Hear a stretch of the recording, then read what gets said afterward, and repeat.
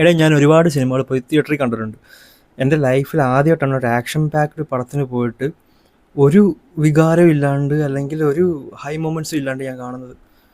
ഒരു നിർവികാര പടവിടെ എന്ന് വെച്ച് കഴിഞ്ഞാൽ എന്താ പറയുക, നമ്മൾ മാർക്കോടെ ടീമാണ്, മാർക്കോടെ പ്രൊഡ്യൂസർ, അല്ലെങ്കിൽ എ സർട്ടിഫിക്കറ്റ് മൂവിയാണ് എന്നൊക്കെ പറഞ്ഞ്, അല്ലെങ്കിൽ ആ ഒരു ഹൈ മൊമെൻറ്റ്സ് അല്ലെങ്കിൽ അതൊക്കെ പ്രതീക്ഷിച്ചാണ് നമ്മൾ പോകുന്നത്. പക്ഷേ പടം നിരാശപ്പെടുത്തിയത് മാത്രമല്ല, എന്തൊക്കെയോ സംഭവിക്കുന്നുണ്ട്, പക്ഷെ ഒന്നും നമുക്ക് അങ്ങോട്ട് കണക്റ്റ് ആവുന്നില്ല. ഒരു നാട്ടിൽ നടക്കുന്ന, അതായത് കാട്ടിൽ കൊമ്പ് വിറ്റ്, അതായത് കൊമ്പ് കടത്തിയിട്ടൊക്കെ ജീവിക്കുന്ന ഒരു കാർട്ടലും സംഭവവും, അങ്ങനത്തെ കുറച്ച് ആൾക്കാർ ഇതിനകത്ത്. നമ്മുടെ മംഗളശീലനുണ്ട്, നമ്മുടെ പുഷ്പല മംഗളശീലൻ, അതായത് നമ്മുടെ സുനിൽ. അപ്പോൾ പുള്ളിക്കാരനാണ് ഇതിനകത്ത് വില്ലൻ.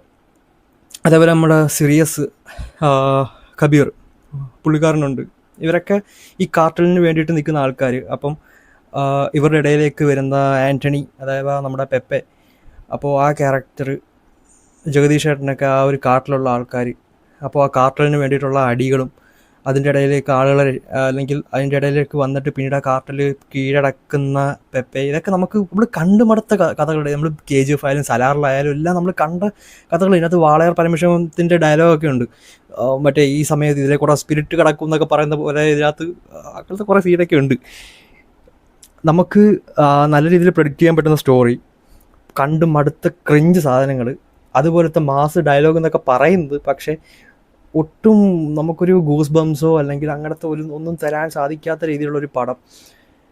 മൊത്തത്തിൽ നിരാശപ്പെടുത്തിയിട എന്ന് വെച്ച് കഴിഞ്ഞാൽ, നമ്മളൊരു ഹൈ മൊമെൻറ്റ്സ്, ഇപ്പോൾ പെപ്പയുടെ പടം എന്നൊക്കെ പറഞ്ഞു കഴിഞ്ഞാൽ RDXനകത്ത് ചെയ്ത് വെച്ചിരിക്കുന്ന പുള്ളിയുടെ ഇൻട്രോ തന്നെ ഉണ്ടല്ലോ, ജസ്റ്റ് ബാക്ക് ഷോട്ട് കയ്യും കെട്ടി നിൽക്കുന്ന പെപ്പെ കാണിക്കുമ്പോൾ തന്നെ കിട്ടും നമുക്കൊരു ഹൈ മൊമെൻ്റ് ഉണ്ട്. അത് ഈ പടത്തിൽ ഉടനീളം ഇല്ല, കാണിക്കുന്ന ഇൻട്രോയിൽ പോലും ഇല്ല. പുള്ളിക്കൊരു ടൈറ്റിൽ കാർഡ് ഉണ്ടോ? ഞാൻ ടൈറ്റിൽ കാർഡ് പോലും കണ്ടില്ല. ആ ഷെരീഫ്, ആ പ്രൊഡ്യൂസറിൻ്റെ ടൈറ്റിൽ കാർഡ് കാണണം, കിട്ടില്ല. അതുപോലും പെപ്പയ്ക്ക് കിട്ടിയിട്ടില്ല. പിന്നെ ഇതിനകത്ത് മൊത്തം പോകുന്നത് ഈ വില്ലൻ്റെ ആ ഒരു ഇതാണ് മൊത്തത്തിൽ കാണിച്ചു പോകുന്നത്. ഇതിനകത്ത് നടന് പ്രത്യേകിച്ച് റോളും കാര്യങ്ങളൊന്നും ഇല്ല. വല്ലപ്പോഴും വന്ന് ഇങ്ങനെ പോകുന്നു, അല്ലെങ്കിൽ കൂടുതൽ ഡയലോഗ്സോ അല്ലെങ്കിൽ മാസമായിട്ടുള്ള സീൻ. ഇതിനകത്ത് ഇങ്ങനെ കണ്ണിങ്ങനെ കാണിച്ചിട്ട് ചിരിച്ചുകൊണ്ടിരിക്കും പെപ്പ എപ്പോഴും. മാസാന്നാ എന്താണോ എന്തോ കാണിച്ചു വെച്ചേക്കുന്നതൊക്കെ. പെപ്പയെ കൊണ്ടൊക്കെ ഇതിലും അടിപൊളിയായിട്ട് ചെയ്യാൻ പറ്റും. പക്ഷേ അല്ലെ ഡയറക്ഷൻ, സ്റ്റോറി, അതൊന്നും ഇതിനകത്ത് ആകെ പോസിറ്റീവ് എന്ന് പറയാൻ സാധിക്കുന്നത് ആ BGM, രവി ബാസ്റ്ററിൻ്റെ BGM മാത്രമാണ്. അതും ആദ്യം മുതൽ അവസാനം വരെ നീളമുണ്ട്. ഫുള്ള് എത്ര മണിക്കൂറുണ്ടോ പടം, അത്ര മണിക്കൂറും BGM പുറകിലുണ്ട്. പക്ഷേ സീനൊന്നും വലിയ ഗുണമില്ലാത്തതുകൊണ്ട് BGM തണുത്തിങ്ങനെ കിടക്കുക, നമുക്കൊന്നും തോന്നത്തില്ല ശരിക്കും. നമ്മൾ ഞാനൊക്കെ ഇങ്ങനെ വെറുതെ ഇങ്ങനെ ഇരിക്കുക, എന്തെങ്കിലും തോന്നുന്നുണ്ടോ? പിന്നെ ഇതിൻ്റെ സ്റ്റോറിയെ പറ്റിയൊന്നും പ്രത്യേകിച്ച് പറയാൻ വേണ്ടിയിട്ടൊന്നുമില്ല, കാരണം എല്ലാവരും കണ്ടുമടുത്ത സ്റ്റോറിയാണ്, നമുക്ക് എല്ലാവർക്കും കാണുമ്പോൾ തന്നെ മനസ്സിലാവും. അതുകൊണ്ട് അതിനെപ്പറ്റി ഞാനൊന്നും എടുത്ത് പറയുന്നില്ല. പിന്നെ ഇതിനകത്ത് മറ്റേ മലബാർ കത്തിക്കാൻ വേണ്ടിയിട്ട് ഹനാൻഷയൊക്കെ ഉണ്ടായിരുന്നു. ആ ഫാൻസൊക്കെ ഇപ്പോൾ എന്ത് അവസ്ഥയിലാണെന്ന് തമ്പുരാന് മാത്രമേ അറിയത്തുള്ളൂ.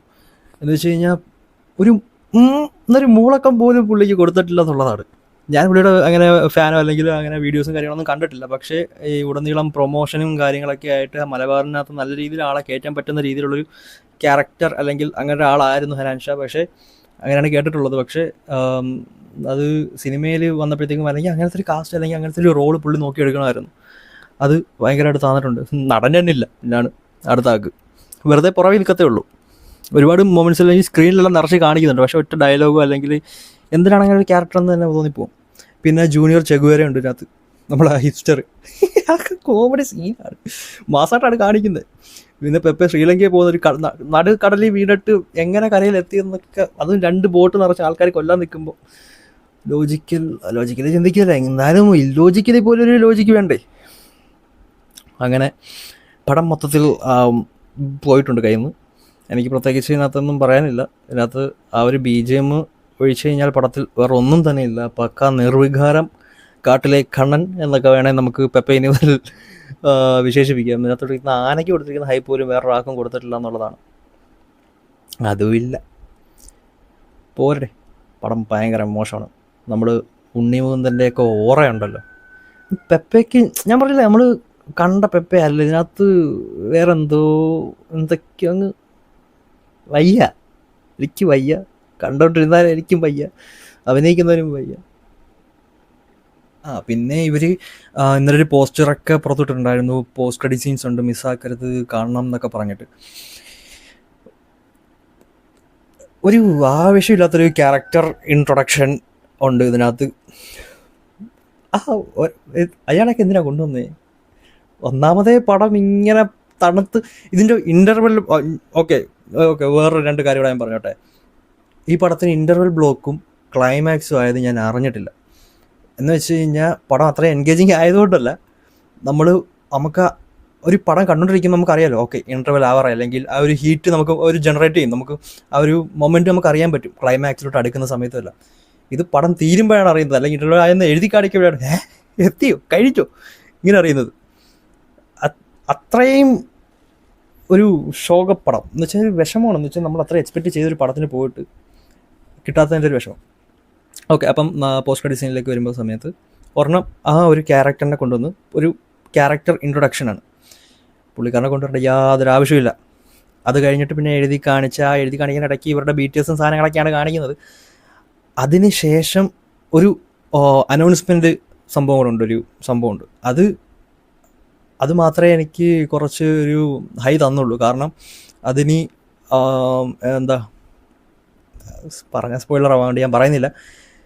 അത് കുറച്ച് അടിപൊളി ഒരു സംഭവമായിരിക്കും ഇനി വരാൻ പോകുന്നത്. നമുക്ക് ഇനി അതിലും പ്രതീക്ഷയുണ്ട്. കാരണം അത് ഡയറക്റ്റ് ചെയ്യുന്നത് ഹനീഫ് അദീനിയാണെന്നാണ് തോന്നുന്നത്. അപ്പോൾ എന്തായാലും കൊള്ളാം. വലിയ പോസ്റ്റ് ക്രെഡിറ്റ് സീനും കാര്യങ്ങളെന്നൊക്കെ പറഞ്ഞ് കാണടേ. ഞാൻ തിയേറ്ററിൽ വാച്ച് ഈ പടം തിയേറ്ററിൽ ഇങ്ങനെ, അപ്പോൾ OTT വരുമ്പോൾ എന്താവുന്ന എൻ്റെ OTT വരുമോയെന്ന് തന്നെ